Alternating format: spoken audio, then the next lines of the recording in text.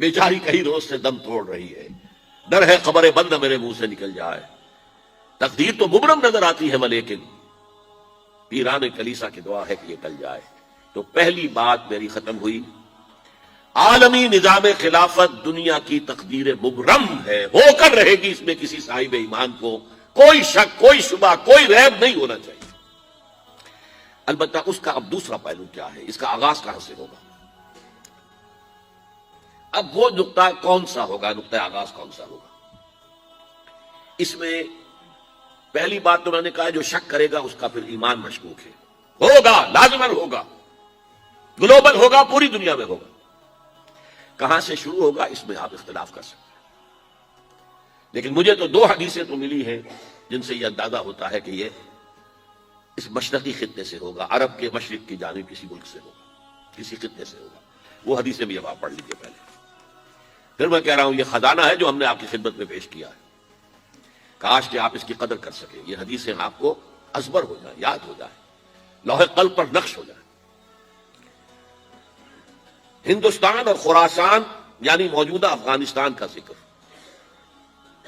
ابن ماجہ کی روایت ہے، عن عبداللہ ابن الحارث رضی اللہ تعالی عنہ قال رسول اللہ صلی اللہ علیہ وسلم یخرج ناس من المشرق یؤتئون للمہدی یعنی سلطانہ، یعنی سلطانہ، دونوں طرح سے پڑھ سکتے ہیں۔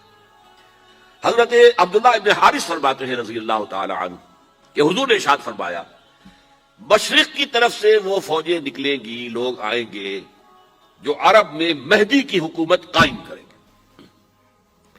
یہ مہدی کون ہوں گے اس کا ذکر میں ذرا بعد میں کروں گا، لیکن نوٹ کر لیجئے کہ مہدی سے پہلے لازماً کسی مشرقی علاقے کے اندر وہ نظام قائم ہو چکے گا، تب وہاں سے فوجیں آئیں گی نا۔ یہ مشرق کون سا ہے؟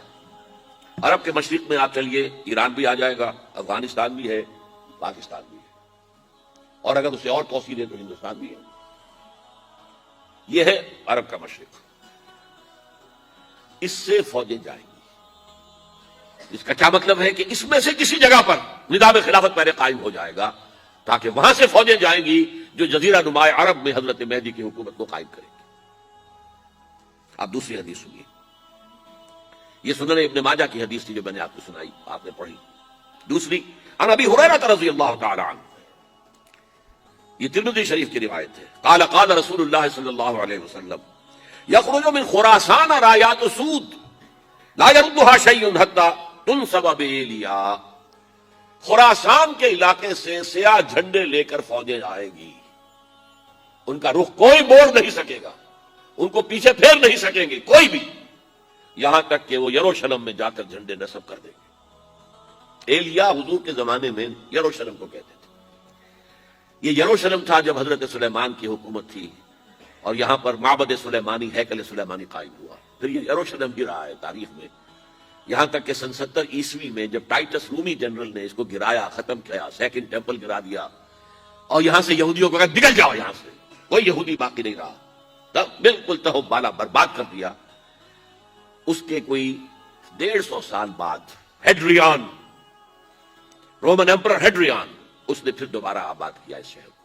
150 سال تک یہ بالکل بنجر اور بالکل غیر آباد پڑا تھا۔ اب ہیڈریان نے جب آباد کیا تو اس کا نام ایلیا رکھا، اب یروشلم نام نہیں تھا، تو حضور کے زمانے میں پھر اس کا نام ایلیا تھا۔